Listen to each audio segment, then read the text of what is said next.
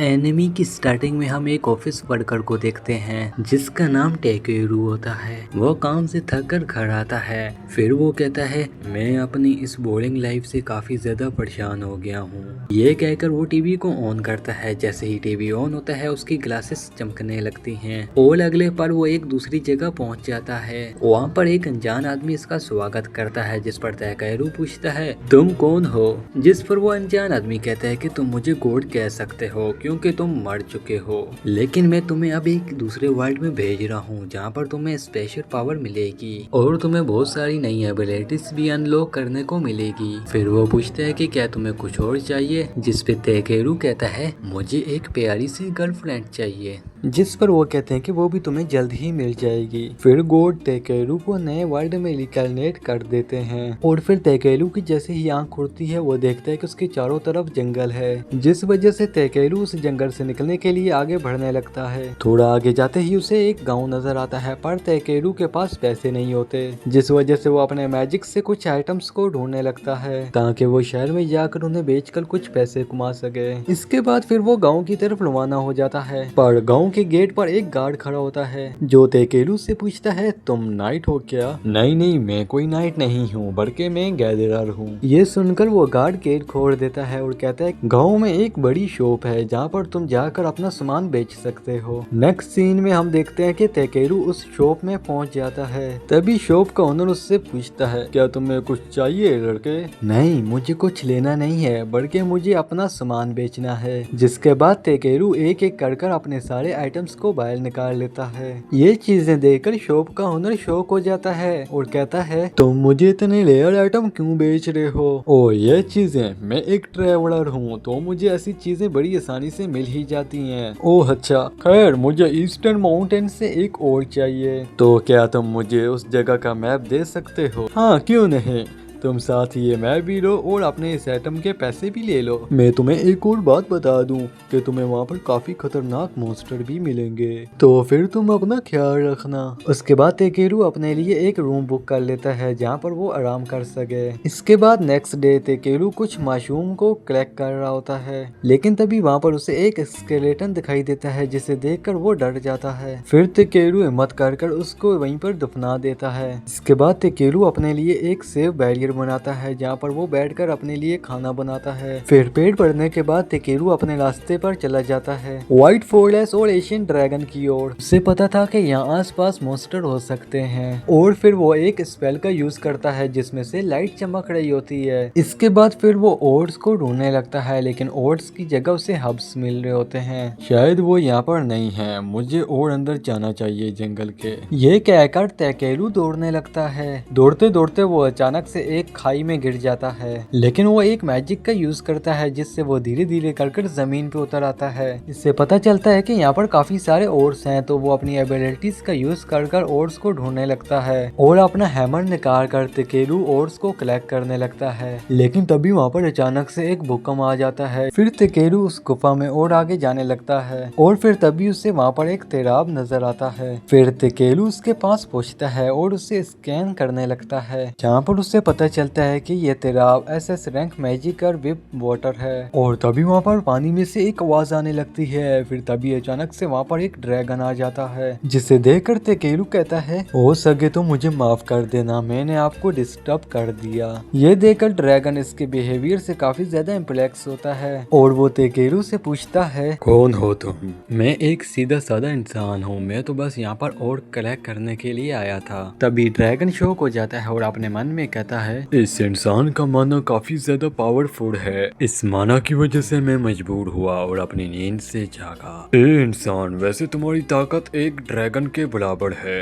ये सुनकर टेकेरू शॉक हो जाता है। इसके बाद फिर टेकेरू ड्रैगन से उसका नाम पूछता है। मेरा नाम बेडी एचडीएस है। फिर ड्रैगन टेकेरू से कहता है क्या तुम मेरे बच्चे को जगा सकते हो? उसके बदले में मैं तुम्हें ऑर्स दूंगा। जिसपे टेकेरू उसकी बात मान लेता है तो ड्रैगन उसे अपना ईग दे देता है। टेकेरू ताकेरू कहता है वैसे मैं तुम्हारे बच्चे को जगाऊं कैसे। ड्रैगन कहता है तुम अपना मैजिक इसमें अनलिमिटेड डालो जैसे तुम स्पिल बनाते हो। इसके बाद फिर ताकेरू उस ईग को गर्म करने लगता है और वो ईग ताकेरू का सारा माना खींच लेता है, जिस वजह से ताकेरू बेहोश हो जाता है। और उसके बाद जब उसकी आंख खुलती है तो वो अपने सामने देखता है कि उस ईग में से ड्रैगन का छोटा सा प्यारा सा बच्चा निकला होता है। तो फिर एरियस कहता है तुम इसे एक नाम दो। ताकेरू से बी नाम देता है और इसके बाद वेल्डियस वहाँ से चला जाता है। फिर ताकेरू बी से कहता है ready for the new journey. इसके बाद ताकेरू और बी दोनों ही गुफा से बाहर आ जाते हैं। फिर ताकेरू बी की रैंक देखता है जो कि बी होती है और इसका डैड यानी कि ड्रैगन वो एसएस रैंक का है। अगले सीन में हम देखते हैं कि ताकेरू और बी दोनों ही जंगल में होते हैं, जहाँ पर बी इधर उधर घूम रहा होता है, जिस पर ताकेरू कहता है कि ज्यादा दूर मत जाना। इसके बाद ताकेरू वहाँ पर पौधों को कलेक्ट करने लगता है, तभी सामने से बी तेजी से उड़ता हुआ आता है और डर के मारे ताकेरू से चिपक जाता है, जिस पर ताकेरू कहता है क्या हुआ बी। तभी बी इशारा करता है। ताकेरू सामने देखकर कहता है लगता है कि सामने से काफी सारे मोस्टर आ रहे हैं। फिर हम देखते हैं कि एक बहुत बड़ा मोस्टर इनके ऊपर हमला कर देता है और उस मोस्टर की सी रैंक होती है। फिर ताकेरू अपने मैजिक का यूज करता है जिससे वो चारों तरफ एक बड़ी शील्ड लगा लेता है, जिसके बाद वो आइस क्रिस्टल से उस मोस्टर को खत्म कर देता है। लेकिन तभी यहाँ पर और मोस्टर आ जाते हैं जो कि वुल्फ मोस्टर होते हैं, जिस पे ताकेरू अपने मैजिक का यूज कर इन सभी को एक एक कर खत्म करने लगता है। ये इन सभी मोस्टर को मार देता है, तभी बी इसे पीछे से आकर पकड़ लेता है और आसमान में उड़ाने की कोशिश करता है, जिस पर ताकेरू कहता है कि मैं काफी ज्यादा भारी हूँ। लेकिन बी उसे उठा लेता है, जिस पर ताकेरू अपनी बॉडी को हल्का कर लेता है। फिर भी ताकेरू को काफी ज्यादा ऊपर ले जाता है, जिस पर ताकेरू कहता है कि हम काफी ऊपर आ गए हैं। तभी बी ताकेरू को छोड़ देता है, जिससे वो नीचे आकर गिरता है। इसके बाद फिर ताकेरू को होश आता है। ताकेरू कहता है शुक्र है कि मैं मरा नहीं। फिर ताकेरू चेक करता है और उसे पता चलता है कि वो काफी ज्यादा दूर आ गए हैं, जिस पे ताकेरू बी से कहता है तुम्हारा काफी ज्यादा शुक्रिया, अब हम बहुत ही जल्द विलेज में पहुंच जाएंगे।